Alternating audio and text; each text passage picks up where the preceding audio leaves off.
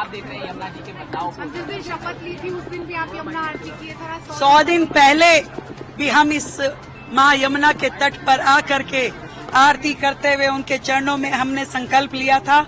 आज 100 दिन बाद फिर मैं यहाँ खड़ी हूँ, पर मैं इस विश्वास के साथ खड़ी हूँ कि यमुना की स्वच्छता की दिशा में हमने कई कदम आगे बढ़ाए हैं। वो कदम जो सही मायने में माइलस्टोन होने वाले हैं यमुना स्वच्छता की दिशा में।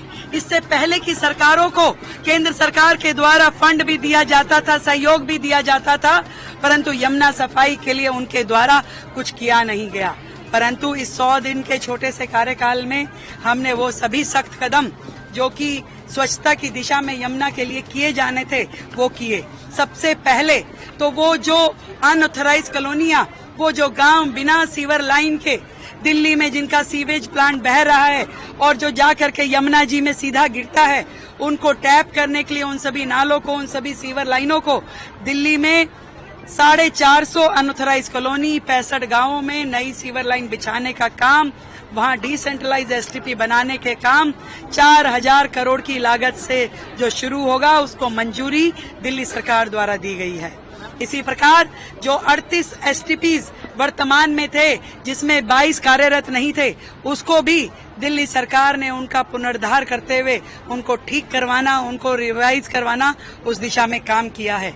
इतने बड़े बड़े नाले जो यमुना जी में गिरते थे उनमें से हमने इस 100 दिन में 20 लाख मीट्रिक टन सिल्ट निकलवा करके वो काम भी किया। ऐसे अनेकों काम यमुना जी के निहित हम कर रहे हैं। मैं विश्वास के साथ कह सकती हूँ जब वो समय आएगा यमुना जी पूरी तरीके से स्वच्छ रहेगी।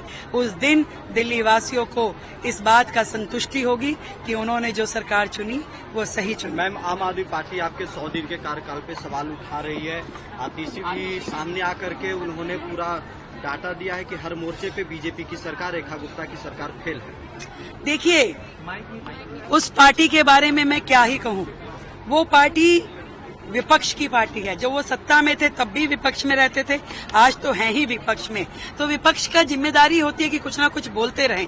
तो उनके बोलने से मैं ज्यादा उसकी तकलीफ नहीं मानती, परंतु मुझे ये मालूम है कि हमारी सरकार की नीति और नीयत दोनों स्पष्ट हैं, पूरी तरह से पारदर्शी है, ईमानदार है, और हमने जो इस मात्र 100 दिन के कार्यकाल में अपने कदम उठाए हैं वो सही दिशा में कार्यरत हैं। और इसलिए निश्चित रूप में विश्वास के साथ मैं कह सकती हूँ कि सरकार जो कार्य कर रही है दिल्ली के हित के लिए, विकसित दिल्ली के लिए कर रही है। चैनल को like, comment, share and subscribe जरूर।